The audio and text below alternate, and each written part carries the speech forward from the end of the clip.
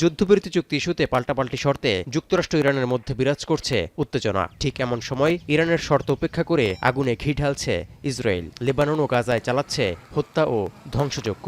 ক্রমেই বাড়াচ্ছে দখলদারিত্বের মাত্রা। এরই মধ্যে ইরান সমর্থিত লেবাননের সশস্ত্র গোষ্ঠী হিজবুল্লাহর নেটওয়ার্ক ধ্বংসের লক্ষ্যে দখল করা হয়েছে ৯০০ বছরের পুরনো বোফোর্ড দুর্গ। এই দুর্গটির অবস্থান এমন এক জায়গায় যেখান থেকে দক্ষিণ লেবানন এবং উত্তর ইসরায়েলের বিস্তীর্ণ এলাকা খুব সহজেই পর্যবেক্ষণ সম্ভব। বোফোর্ড দুর্গের দখল নিতে না নিতেই লেবাননে আগ্রাসন আরও বাড়াতে আইডিএফকে নির্দেশ দিয়েছেন ইসরায়েলের প্রধানমন্ত্রী বেনিয়ামিন নেতানিয়াহু। אני הנחיתי את צה"ל להרחיב את התמרון בלבנון. הכוחות שלנו חצו את הליטני, הם תפסו שטחים שולטים, הם כבשו את רכס הבופור. ועכשיו ההנחיה שלי היא להעמיק ולהרחיב את האחיזה שלנו במקומות שהיו בתפיסת חיזבאללה.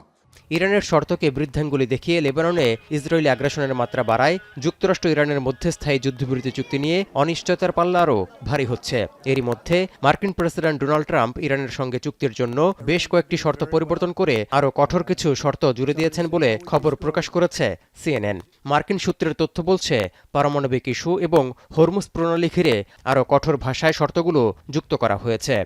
এর আগে মার্কিন প্রতিরক্ষামন্ত্রী পিট হেগসেথ হুঁশিয়ারি দিয়ে বলেছেন, চুক্তি না হলে ইরানের বিরুদ্ধে পুনরায় হামলা শুরু করতে প্রস্তুত যুক্তরাষ্ট্র।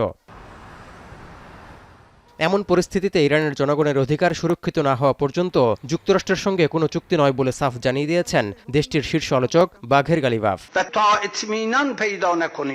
که حقوق ملت ایران را گرفته ایم هیچ توافقی را تأیید نخواهیم کرد. تضمین این راهبرد جان ماست.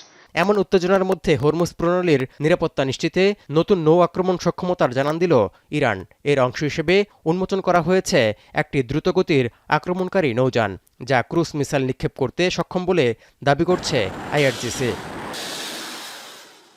তৌহিদুর রহমান, এখন বিশ্ব।